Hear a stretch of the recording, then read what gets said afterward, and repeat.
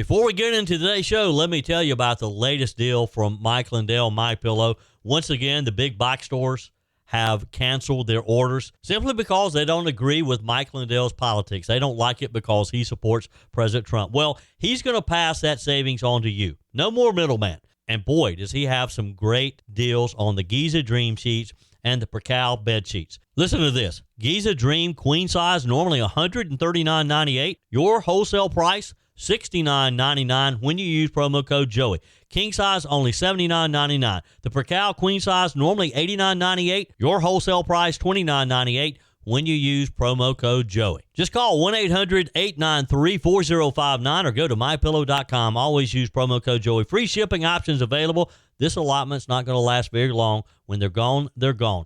mypillow.com. Promo code Joey. Thanks for joining me in the PhD Weight Loss and Nutrition Studios. To lose weight for the last time, visit myphdweightloss.com. Welcome in on this Monday as we kick off Christmas week. Glad to have you spending a few minutes of your day with me. Here's what we're going to talk about today. Next year's midterms, of course, will be mostly determined, I believe, on how voters feel about the economy and their household budgets. President Trump is back on the road doing stops around the country to promote what he believes his administration is doing to straighten out the mess that Joe Biden left behind. In today's show, we'll take a look at what top economists are saying about our future economic forecast. Deputy Attorney General Todd Blanche was adamant yesterday that none of the redactions in the files on the late sex predator Jeffrey Epstein were made due to concerns about embarrassment, reputational harm, or political sensitivity of President Donald J. Trump. We have an update on this. And a small town in South Carolina is in the national headlines because of a nativity scene set up by a group of citizens who are refusing to take it down after the mayor asked him to do so. Now, we hear these stories every year, just not in the Bible Belt and in the Palmetto State. And no winner in Saturday's Powerball drawing. Tonight's jackpot will exceed $1.6 billion. Will you be buying a ticket? I told you we'd be back. And ye shall know the truth, and the truth shall make you free. It's Joey Hudson. I wanted to name it the Joey Hudson bill, but, they don't allow you to put names on bills. But I wanted to call it the Joey Hudson bill because I know that one's been near and dear to you for a number of years. That's how it's done. Let your voice be heard. And the truth shall set you free. Here's Joey Hudson. For months now, Americans have been telling pollsters the same thing. Life feels expensive. Groceries cost more. Housing is out of reach. Gas prices jumps around. And a lot of the families, the math just isn't adding up. It's not working. So when President Trump and his administration came out last week and says help is coming, and it's coming in the form of the biggest tax refund season in American history, you can understand why people maybe are just a little skeptical. In last week's address to the nation, the president promised the biggest tax refunds we have ever seen. You will see in your wallets and bank accounts in the new year, after years of record-setting falling incomes, our policies are boosting take-home pay at a historic pace. Next year, you will also see the results of the largest tax cuts in American history that were really accomplished through our great, big, beautiful bill, perhaps the most sweeping legislation ever passed in Congress. Under these cuts, many families will be saving between $11,000 and $20,000 a year, and next spring is projected to be the largest tax refund season of all time. Now, of course, that was during the president's address to the nation last week. It wasn't a campaign rally. It wasn't a tweet or something on Truth Social. It was the president telling us what we can expect. This same news was confirmed over the weekend by Kevin Hassett, the director of the National Economic Council and one of the leading contenders to become President Trump's next Federal Reserve chair. Hassett went on Fox Business this week and flat out said Americans should expect massive refund checks next spring. And so we are going to see the biggest, refund cycle ever in the history of America, and people are going to get massive refund checks. So for the typical person who's a tip worker or gets overtime pay, we're expecting just that part of it alone to be worth a couple $1,000 refund. And we're going to definitely have a big PR campaign at the beginning of the year urging people to file early so they can get the money that they're owed from taxes this year. Now, that's very encouraging, isn't it? We're going to see the biggest refund cycle ever in the history of America. I mean, that's music to my ears. That gets my attention. He says that refunds alone could be worth a couple $1,000s a household, and that's before factoring in higher take-home pay from wage growth as well. That lines up with what President Trump said during his national address last week, right? President Trump claimed that when all the policies are fully in place, many families could be saving between $11,000 and $20,000 a year. Now, immediately critics have jumped in saying, well, that sounds great, but people don't feel it yet. Honestly, they're not wrong. People are still struggling. A recent Fox News shows that 44% of Americans say they're falling behind financially, and nearly three-quarters rate the economy as not so good or bad. That's frustration. I get it. That's kitchen table economics. Mr. Hassett didn't dodge that. In fact, he leaned into it. He pointed to the most recent job report, which showed wages for the typical worker are up 3.7%, while core inflation is running around 1.6%. Now, that matters, and we're going to continue to see things improve because of that. Because when wages grow faster than prices, real wages increase. But it does take a little time for you to feel that effect. According to Mr. Hassett, once you adjust for inflation, blue-collar workers have already seen nearly a $2,000 pay raise this year alone. It's not theoretical money. It's not stock market gains. It's real dollars, real cash in the pockets. Now, here's the part most people miss, and this is critical to understanding why refunds are expected to be so large. Trump's One Big Beautiful Bill, now officially the Working Families Tax Cut Act, wasn't passed until the middle of the summer. That means most Americans never adjusted their tax withholding. So while the tax cuts aptly apply retroactively to this year's income, people did not see the benefit in their weekly paycheck. But when filing season opens, come January, in just a few weeks, that money will show up all at once. Refunds reflect what you overpaid. And according to Hassett, a lot of Americans have been overpaying because the new law wasn't factored into payroll systems yet. That money's coming. It's kind of like you've been depositing it into a bank account. It's exactly what happened during Trump 1.0, Trump's first term. Back then, critics said the tax cuts wouldn't help working families. Then refunds hit. Paychecks rose. Inflation stayed low. Mr. Hassett reminded viewers that during Trump's first term, the economy was growing around 3%, while inflation hovered around 1%. That's a sweet spot. If we could get back to that, which it looks like we're headed in that direction, we're going to see some real improvement here. And Hassett says the administration believes the country is headed back right there. He also pointed out to what he called a blockbuster inflation report in November, where prices came in lower than economists had predicted. And he claims that's not accidental. That's a result of Trump policies. The Trump economic strategy is built around expanding supply, more energy production. We're seeing gas prices at record lows compared to what they were during the 4 years of Joe Biden. More manufacturing, fewer regulations, fewer choke points. Businesses are back in business. When you produce more, prices come down. I mean, that's just basic economics. And it's something that Washington forgot for a while. And it's something the media doesn't want to remind you of. Instead of fixing supply, the Biden years focused on spending, subsidies, and printing money. We all know how that turned out. We saw it. That's the pain we're feeling. Now, politically, this is where things get a little interesting, because Democrats believe affordability is becoming a weakness for Trump. They argue voters expected relief faster, and that's probably true. They argue the benefits haven't shown up yet. Again, fair point. But the White House is making a bet here. President Trump's rolling the dice. They're betting that timing matters, that by the time Americans start seeing bigger refund checks next spring, higher real wages, and cooler inflation, the economic mood is going to change, and it's going to be perfect timing, because polls don't vote, people do. People vote based on what they feel in their own lives, not what an economist tells them on cable news. That's why Hassett kept coming back to the same phrase: people will see it in their wallets. People vote with their pocketbook. Not spreadsheets, not charts, their own personal wallets. That's why Trump has been hammering the message of affordability. That's why he's back on the road, to talk about groceries, gas, housing, energy. In nearly every speech, he mentions those, and we're going to start seeing some changes. The White House knows that this election cycle will be decided less on ideology and more on results people can touch, things that affect you. And if the administration is right, early 2026 could bring something Americans haven't seen in a while, unexpectedly large refund checks at a time when families can really use them. Now, none of this means every problem is going to be solved. Housing is still tight. Interest rates are still higher than they should be. Inflation scars don't disappear overnight, but folks, we're headed in the right direction.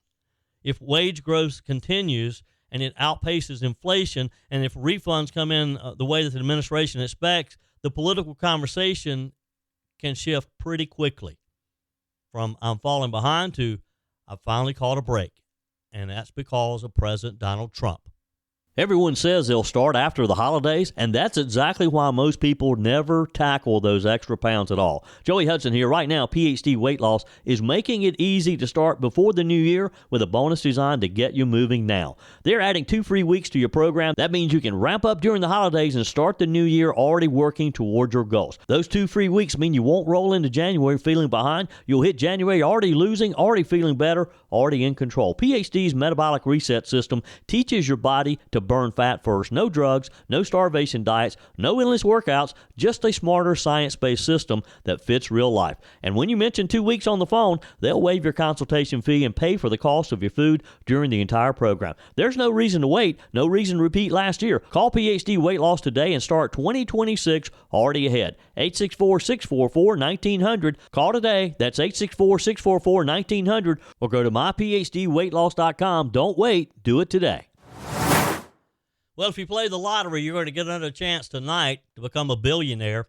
The Powerball jackpot is soaring to over $1.6 billion after Saturday night's highly anticipated drawing produced no lucky winner. The winning numbers drawn over the weekend, 4, 5, 28, 52, 69, and 20. The next drawing again tonight. This life-changing fortune has steadily climbed over the past 3 months with no one crowned the winner since the last big prize back in September. It seems like these prizes are getting bigger and bigger every time. Saturday's drawing marked the 45th consecutive run, a record for the most drawings without a jackpot winner. In a statement, the Powerball Product Group Chair CEO Matt Strawn said this jackpot is set to deliver the ultimate windfall. It grows with every $2 ticket sold, and a portion of each ticket supports local public programs, he said. So if a lucky ticket holder defies the 1 in 292 million odds tonight of matching all 5 numbers of the Powerball, they can choose to receive the jackpot in 30 annual payments or take a one-time cash payout. That lump sum is estimated to be around $735 million before taxes, smaller than the advertised jackpot, which reflects the total annuitized payments. The largest Powerball grand prize ever claimed was won by 31-year-old California Edwin Castro, who took home $2.04 billion in November of 2022. Castro went for the $998 million lump sum, took home about $628 million after taxes. I have lived on a lot less. But you look at the number, though, and it is kind of crazy, isn't it? Because you think, all right, I'm going to win $1.6 billion, but I'm only going to take home about $700 or so, and then I got to pay taxes on that. Again, I'd be happy with it. Would you? Like I said, I've lived on a lot less. Last week, I talked with you about Erica Kirk in her opening statement to the TPUSA's America Fest last Thursday evening. She made it very clear her choice for the 2028 presidential race. And that would be, as she said, her husband's friend, Vice President J.D. Vance. J.D. Vance and Charlie Kirk were close friends. If Vice President J.D. Vance wanted to quiet the talk about the 2028 race this weekend, he didn't exactly do that. He never stood at the podium at Turning Point Action's America Fest and said, I'm running for president, but let's be honest, he didn't have to. What he delivered instead was something much more revealing. He sounded like a presidential candidate. He talked about his legacy, about the Trump administration legacy. He talked about loss, about faith, continuing the movement that President Donald Trump has started, whether Trump is on the ballot or not, which he will not be. Vance was also the closing speaker at America Fest, the 4-day gathering that packed roughly 30,000 grassroots conservatives, primarily young people, into the Phoenix Convention Center, the same place that Charlie Kirk's funeral was just a few months ago. The tone was unmistakable. Again, it wasn't a vice president just filling time, just talking to a group of kids. This was a man laying out a philosophy and probably his future. At the emotional center of his remarks was the assassination of course, of his close friend, Charlie, the founder of Turning Point USA. Vance spoke very openly and unusually candid about how Kirk's murder hit him. He said he fell into a dark place. He admitted he stayed up night after night chasing conspiracy theories, going down every rabbit hole imaginable, trying to make sense of something that just does not make sense. That's not the kind of thing politicians usually admit on a big stage like that. But Vance said what ultimately pulled him out of that wasn't denial, but it was acceptance. Acceptance that we are in a real fight. And then he tied it all together with his faith. He said the story of Christianity, the story of America, is one of immense loss followed by even greater victory. Now, again, that's not accidental language. That's movement language. That's leadership language. And it fit perfectly with what had happened earlier in the conference when Charlie Kirk's widow, Erica herself, again, openly endorsed Vance for the future. She said Turning Point would help J.D. Vance get him elected president. She said that they would do whatever they had to do to make that happen. She said before that, her husband wanted Vance to succeed Trump. So when the vice president later talked about carrying on Kirk's legacy, the dots didn't need to be connected at all. J.D. Vance framed what he called a true Christian politics, and he made it clear he wasn't talking about slogans or bumper stickers. He said it can't just be about protecting the unborn or defending the family, as essential as those are. He said Christian values have to shape how government works. Christians have to be actively involved in our government. We can't shy away. That means dignity of work, especially when it comes to immigration and bringing jobs back home. It means making sure seniors can afford to retire. It means protecting Medicaid for the truly poor, but turning this bloated agency, this bloated bureaucracy back around to where the fraud is swept away. That's Vice President J.D. Vance's position. He is a cultural warrior. That Vance is positioning himself as a governing conservative. He told the crowd that politics isn't a game and it's not a rehearsal. The decisions being made now, he said, will determine whether Americans get another shot at their dreams. Then he issued what amounted to a call to action. If you miss Charlie Kirk, he asked, will you fight for what he died for? Closed borders, safe communities, good jobs, a dignified life. And then came the line that drew one of the loudest reactions in the room. He said, only God can promise you salvation in heaven, but together we can fulfill the promise of the greatest nation in the history of the earth. And the crowd just went nuts. Over the weekend, the Trump Justice Department found itself back in the political crosshairs over one of the most toxic names in modern American scandal, that, of course, of Jeffrey Epstein. And this time, the controversy wasn't about whether files would be released, but why parts of them were redacted. Boy, the whiplash grew very quickly over the weekend. Yesterday, Todd Blanche, the Deputy Attorney General and former personal defense attorney to President Donald Trump, went directly at those accusations. Appearing on NBC's Meet the Press, Blanche was blunt. When asked whether the Department of Justice was hiding information to protect politically powerful people or to spare anyone embarrassment, his answer was very clear. Absolutely, positively not. Blanche was asked why they didn't meet the Friday deadline. Here's his response. Good morning. So it's very simple and very clear. The statute also requires us to protect victims. And so the reason why we are still reviewing documents and still continuing our process is simply that, to protect victims. So the same individuals that are out there complaining about the lack of documents that were produced on Friday are the same individuals who apparently don't want us to protect victims. So we're going through a very methodical process with hundreds of lawyers looking at every single document and making sure that victims' names and any of the information from victims is protected and redacted, which is exactly what the Transparency Act expects. That's exactly what Attorney General Bondi expects. It's exactly what President Trump expects. So that's what we're doing. Now, according to Mr. Blanche, every redaction in the Epstein files has one purpose and one purpose only, protecting victims and complying with court orders. That's it. No politics, no favoritism, no reputational cleanup here. And Blanche didn't mince words about the alternative. He said releasing sensitive information that could identify or further harm Epstein's victims would be a real crime. And he's right.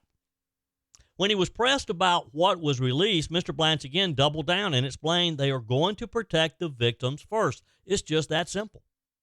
Well, first of all, it was. And there are numerous documents released on Friday that address what you just quoted from the statute, that address internal communications within the Department of Justice and internal communications between law enforcement and the Department of Justice. But it's for the same reason. Because many of those internal communications talk about victims. Many of those internal back and forth between prosecutors and law enforcement talk about victims and their stories. And that has to be redacted. And by the way, everybody expects us to redact that. So the same complaints that we're hearing yesterday and even this morning from Democrats and from others screaming loudly from a hill about lack of production on Friday, imagine if we had released tons of information around victims. That would be the true crime. That would be the true wrong. And if anybody out there, I heard Congressman Raskin, the Democrats on the House Oversight Committee releasing statements accusing Attorney General Bondi, Director Patel, and myself of not doing our jobs. If they have an issue with me protecting victims, they know how to get a hold of me. But we're not going to stop doing it. He makes a very valid point, and the Democrats were quick to jump to pile on after Friday. Of course, their big thing is, well, you're protecting Donald Trump. What are you hiding? Now, if they had left those photos up and it had further harmed a victim, then they would have been yelling about that too, that you exposed a victim. You got to remember the context here. The Justice Department is under a legal obligation to release thousands of documents under the Epstein Files Transparency Act, legislation that Donald Trump himself signed. That law set a December 19 deadline. Now, critics on both the left and the right have accused the DOJ of slow-walking the release, pointing to redactions, delays, missing material as proof something is being hidden. And look, we have to admit, this is a very sensitive topic. There's a lot of conspiracy theories going on out there. But Blanche says that narrative ignores the reality of what these files actually contain. We're talking about grand jury testimony, sealed records, material governed by strict federal victim protection laws, as it should be. He pointed out they're not gossip files. These are court documents. And he says hundreds of DOJ lawyers are going through every page, line by line, to make sure the government doesn't violate the law or re-traumatize victims, and that should be their priority. These young ladies have been through enough for decades now. One of the flashpoints over the weekend involved a batch of photographs that briefly appeared on the DOJ website, and then it vanished almost immediately. As you can imagine, speculation exploded online. Why were they pulled? Who was in them? What were they hiding? Mr. Blanche addressed that directly. He said a New York judge had ordered the DOJ to consult with victims of victims' rights groups before publishing any material that could raise concerns. When those concerns were raised, the photos were temporarily removed, not buried, pending review. Once they're reviewed, they'll be put back up, he said. But you can imagine how crazy this made Democrats, because they're all thinking, well, there they go. Donald Trump was in some of those photos. I'm sure they're going to take them down. They're going to hide them. They're going to destroy them. Now, he refused to confirm whether victims appeared in those photos. He cited privacy protections. But he did make one thing clear, that this had nothing to do with President Donald Trump. He reminded critics that dozens of photos of Trump with Epstein have already been public for years. Those images aren't secret. They're not suppressed. They're not new. And if the DOJ were trying to protect Trump politically, pulling photos already in the public domain would not make any sense. Blanche also promised the photos would be reposted once any necessary redactions are applied. So this isn't about concealment. It's about complying with the court order. Now, that hasn't stopped political pressure, of course. Democrats continue to suggest the Trump administration is selectively releasing information or slow-walking disclosures to shield allies. I mean, we saw some of the photos of Bill Clinton enjoying himself in swimming pools at the Jeffrey Epstein property. And I'm sure they're thinking, well, they published the Bill Clinton photos, but they're not going to publish the Donald Trump photos. Blanche pushed back pretty hard. He said the DOJ is fully complying with the statute and that additional documents will be released in the coming days and weeks, even beyond the original deadline, he said. Not because they're trying to dodge this, but because the process is methodical and it takes a long time to go through thousands and thousands and thousands of photos and emails and letters and all the things that are in there. Now, another issue resurfaced during the interview, one that raised eyebrows earlier this year. Blanche acknowledged that he met privately with Ms. Maxwell, Epstein's longtime associate and convicted accomplice. That meeting raised questions at the time. Blanche said it was part of his official duties. That both critics seized on it again Sunday, especially in light of Maxwell's transfer from a high-security federal prison to a lower-security prison camp down in Texas. Was that political, maybe? That's what people want you to think. Was that preferential treatment? Again, that's what people want you to think. Blanche shut all that down, though. He said the transfer was a Bureau of Prisons decision, not a DOJ or White House directive. He said, and he noted that Maxwell had faced credible threats against her life at her previous facility. He said she was on federal prison in federal prison before. She is in federal prison now. In other words, she wasn't freed. She wasn't rewarded. She's just being protected. Her safety is being protected by the Justice Department. She was relocated for safety, he said. And the White House has flatly denied any involvement in the decision from day one. So zoom out for a moment. Why does this matter? Because Epstein's crimes were just horrific. They were systemic. They exposed failures in law enforcement, prosecution, accountability at all levels that spanned decades and cross-party lines. Let's just be honest about that. It wasn't a Democrat. It wasn't just the Republicans. Everyone wants answers. Everyone wants transparency. But transparency doesn't mean recklessness. And I believe when they say they're being careful, I got to believe them. I got to trust them. And I suspect we'll see those photos redacted and back up on the website pretty soon. Your comments are welcome on the Furman Ford text line, 864-477-JOEY. That's 864-477-5639. Emails always welcome, joey@joeyhudson.com. Speaking of the Furman Ford text line, it's never been more important to support locally run businesses owned by people who actually live here in the upstate. Let me take a minute to talk with you about our friends at Furman Ford. If you're looking for a new vehicle, maybe a great pre-owned vehicle, one you can trust, or maybe you're looking to order that special vehicle. Either way, if you want a new one, a brand new one, or a pre-owned that you can trust, the folks at Furman Ford, they're there to help you. Their name is on the sign because their name is on the line, because every single transaction is important to them. Jim Furman, Matthew Furman. They do business the right way. When you stop by, when you give them a call, or maybe when you just send them a quick email, you're always going to have access to a member of the Furman Ford family. And by the way, they also offer great service, and you're not going to have to wait weeks and weeks to get it done. And you do not have had to purchase your vehicle at Furman Ford. Doesn't even have to be a Ford. They service all makes and models. Visit my friends at Furman Ford online at furmanford.com, furmanford.com. So here we go. I thought we might have avoided a story like this finally for one Christmas, but no.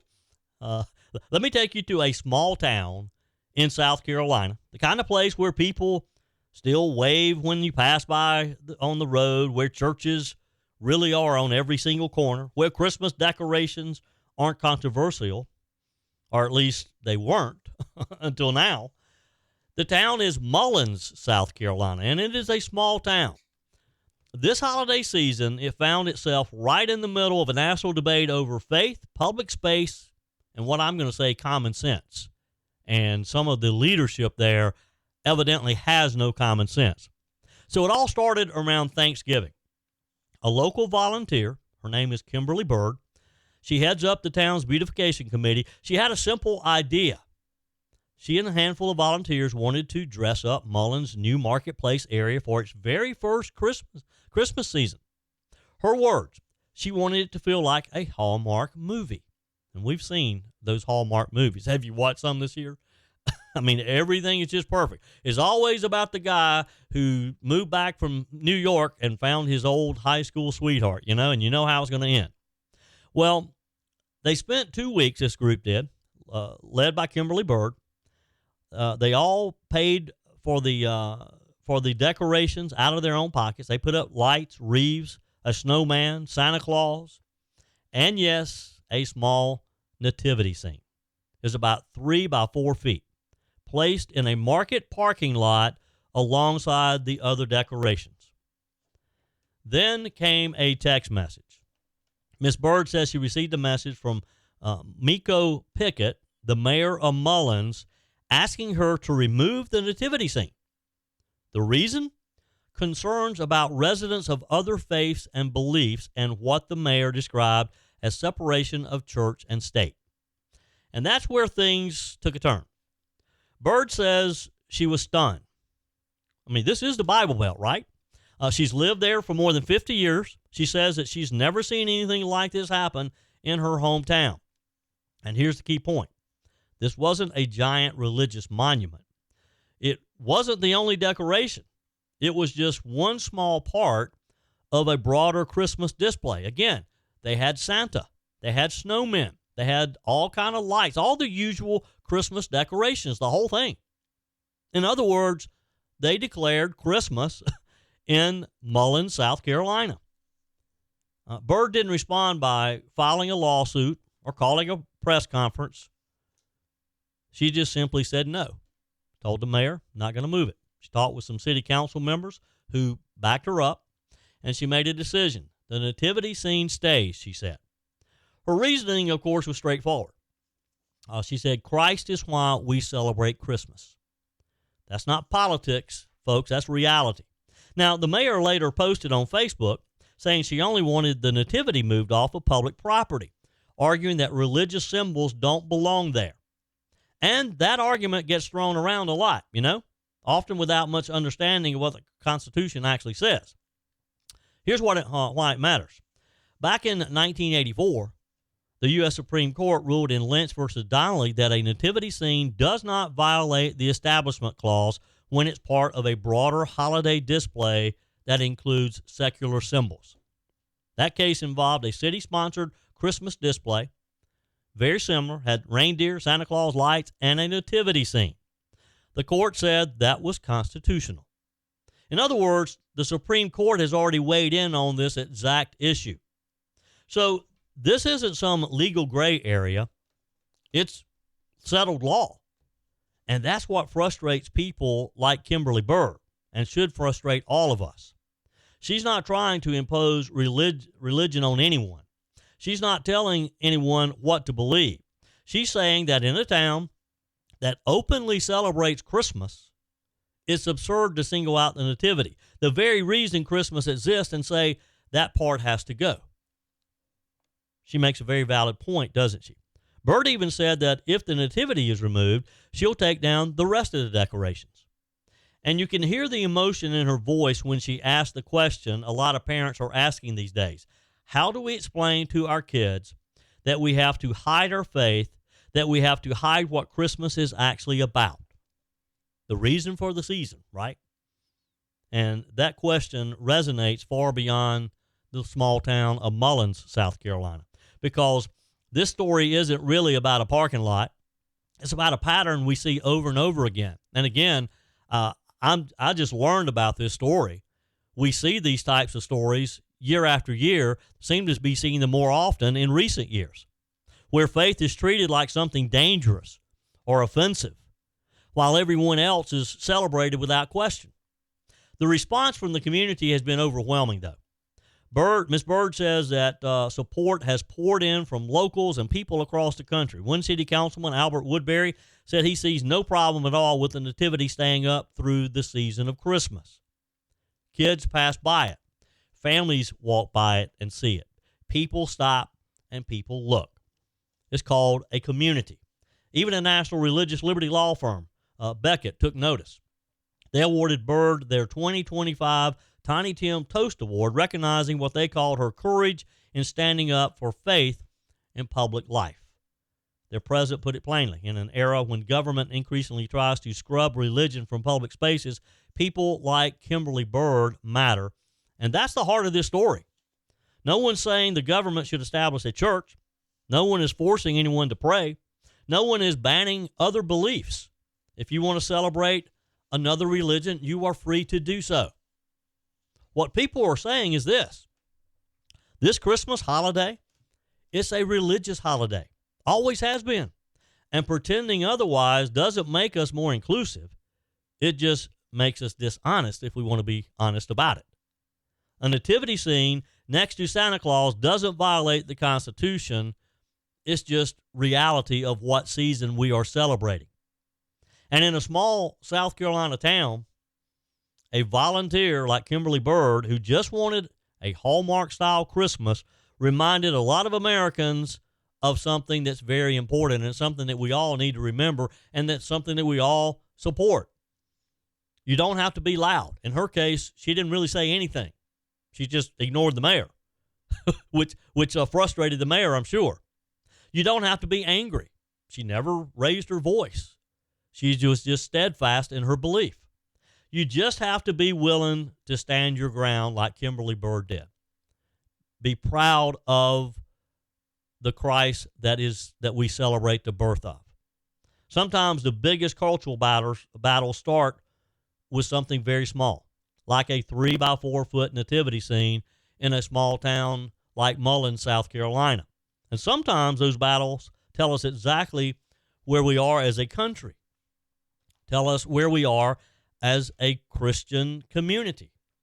And boy, I'm just so proud of the people of Mullins, South Carolina, for rallying around that nativity scene and rallying around the birth of our Christ. That's it for today's edition of Just the Truth. Thanks for joining me in the PhD Weight Loss Studios. To lose weight for the last time, visit myphdweightloss.com. If you haven't joined my mailing list yet, visit my website, joeyhudson.com. Click on the Connect with Joey button so that you can receive our emails and the most up-to-date news. Also, join me on my YouTube channel. Be sure and like, comment, and subscribe. Just search for Joey Hudson. As always, thanks for spending a few minutes of your day with me. Do me a favor and forward this episode to a few friends. Just click on the share button and send to your contacts. We need to build an army of conservatives to win our country back, and we can do that by continuing to share the truth with our friends and family. Keep those comments coming via the Furman Ford text line, 864-477-JOEY. Email to joey@joeyhudson.com, and I love your messages on the MyPillow message line. Again, that's 864-477-JOEY, 864-477-5639. Be sure and take advantage of the MyPillow special, just $14.88 on the standard MyPillows when you use promo code Joey. Order online at mypillow.com or call 800-893-4053. We're back again tomorrow and hope you'll plan to join us. Until then, remember, God's got this. He's still in control.